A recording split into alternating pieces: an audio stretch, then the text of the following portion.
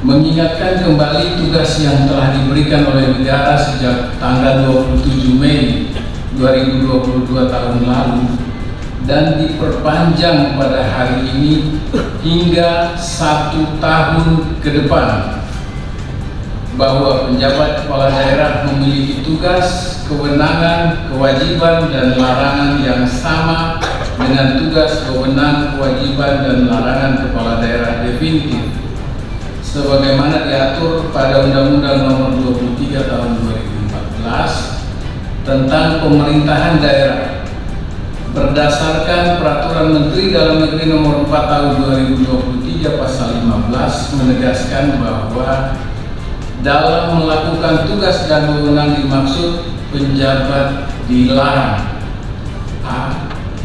Melakukan mutasi ASN. B. Membatalkan perizinan yang telah dikeluarkan pejabat sebelumnya dan atau mengeluarkan perizinan yang bertentangan dengan yang dikeluarkan pejabat sebelumnya. C. Membuat kebijakan tentang pemekaran daerah yang bertentangan dengan yang dikeluarkan pejabat sebelumnya. D.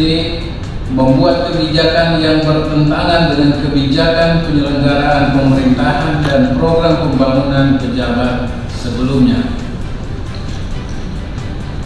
Larangan tersebut dapat dikecualikan setelah mendapat persetujuan tertulis dari Menteri Dalam Negeri.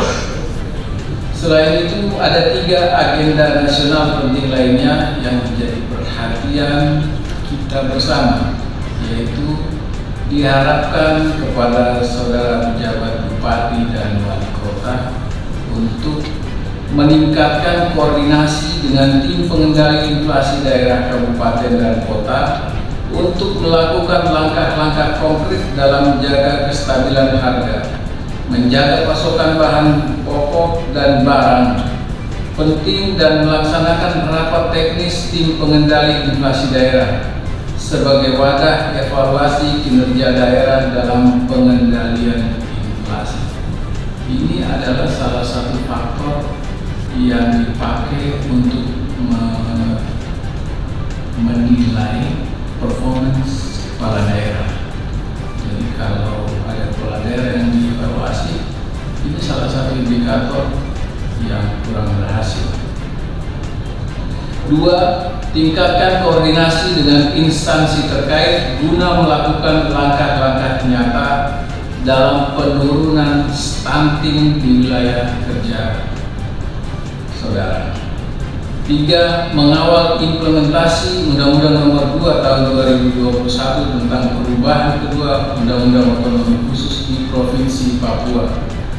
Segera melakukan penyesuaian terhadap pelaksanaan otonomi khusus format baru sebagaimana amanat pemerintah Peraturan Pemerintah Nomor 106 dan 107 sebagai peraturan pelaksana Undang-Undang Otonomi Khusus di Provinsi Papua.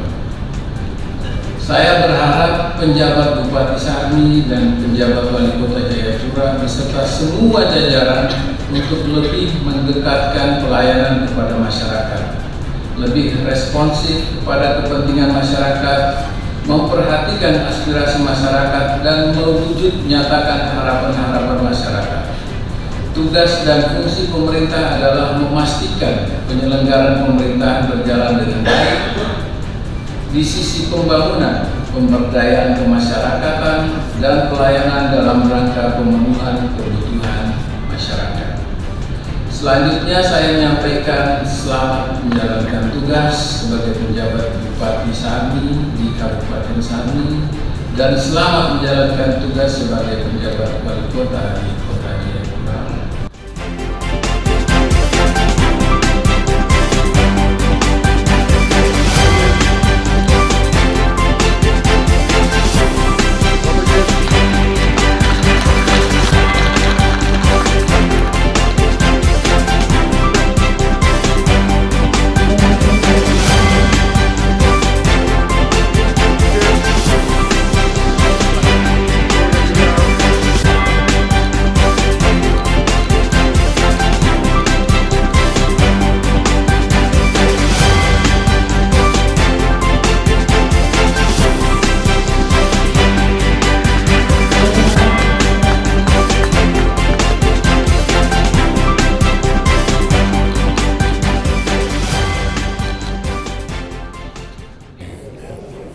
pertama saya kembali dan terus mengajak seluruh warga masyarakat Kota Jayapura tanpa terkecuali untuk bersama-sama satu hati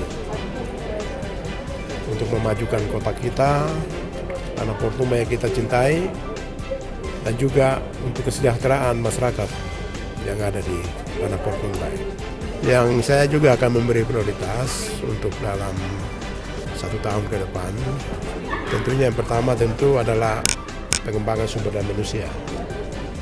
Sumber daya manusia aparatur, juga sumber daya manusia masyarakat, ya, khususnya masyarakat asli Portumbai dan juga anak-anak Papua yang lahir besar di Kota Jayapura, baik di bidang pendidikan, kesehatan, dan juga pengembangan ekonomi masyarakat di Kota Jayapura. Ya, pertama terkait dengan penyerahan SK perpanjangan masa jabatan pejabat Bupati Kabupaten Sarmi, ini sesuai dengan regulasi atau aturan yang ada, sehingga pada hari ini ini adalah peraturan, tetapi juga tentunya merupakan amanah dari negara melalui kewenangan baik Bapak Presiden maupun Mendagri untuk mempercayakan kami kembali sebagai penjabat bupati di Kabupaten Sarmi. Ya, tentunya dalam melaksanakan tugas selama 1 tahun, kami ini setiap 3 bulan dievaluasi. Setiap 3 bulan dievaluasi terhadap kinerja kami. Khusus untuk evaluasi ini ada 3 aspek yang selalu dievaluasi, yaitu dari aspek pemerintahan, kemudian pembangunan dan kemasyarakatan.